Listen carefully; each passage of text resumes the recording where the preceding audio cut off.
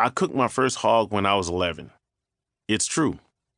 But that says more about my father's attitude toward work and play than it says about me being a pig prodigy. I was in middle school, and there was a basketball game that night that I wanted to go to. My father told me that if I wanted to go to the game, I had to finish all my work first. And my work that day included firing the hog.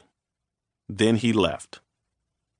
Every 10 to 15 minutes, I had to put coals under that hog. It was daylight, but it was dark under the pig, even with the coals burning red. I had to keep taking my flashlight and peeping under it to make sure the meat wasn't burning. What I didn't know was that my father had another guy around watching to make sure I kept up. I found that out later. That man didn't do anything while I was cooking. All afternoon, wasn't nobody burning the wood and working the pit but me. I'll never forget how golden brown the color was on that hog when my father came back. They flipped the hog over and I was like, wow, I can do this. But it wasn't like that was the start of a whole new set of responsibilities for me. I still was a helper, not a pitmaster. But I have to give my father credit. He probably knew I was ready because I had been watching him for years by then. And I wasn't just watching. I was always asking questions. I was learning. In the beginning, my father only cooked one hog, 1 day a week on Thursdays. The pit was built kind of low, maybe 2.5 or 3 feet off the ground. I was always trying to see what was going on, especially with the fire. And they were always warning me not to get too close. These days, we have a burn barrel, a 55-gallon drum that we stand up and feed the wood into to create hardwood charcoal.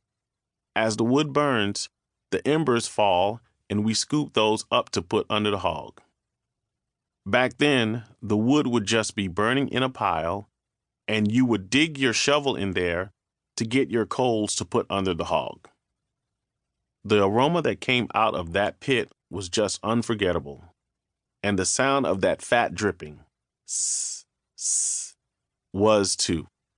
I kept asking my father and the 1 or 2 other men working with him, "What y'all doing?"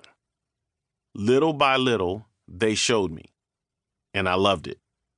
That led to more questions like, when can I do that? And can I hold a shovel? At first, they cooked during the day, while I was at school. Later, when I was in high school, they would cook overnight because a lot of people wanted to buy the barbecue for lunch. So it had to come off the pit earlier. In those days, I'd be sleeping when they were doing the cooking. So I would only get to see it every now and again, like during the holidays. Sometimes there would be more men working with my father, and sometimes there would be friends just hanging around shooting the breeze. That's when I saw there was also a kind of fellowship around the pit. It was a one-of-a-kind experience to be out there with the men cooking. Besides being around the pit, the 2 things I enjoyed most in those days were music and cars.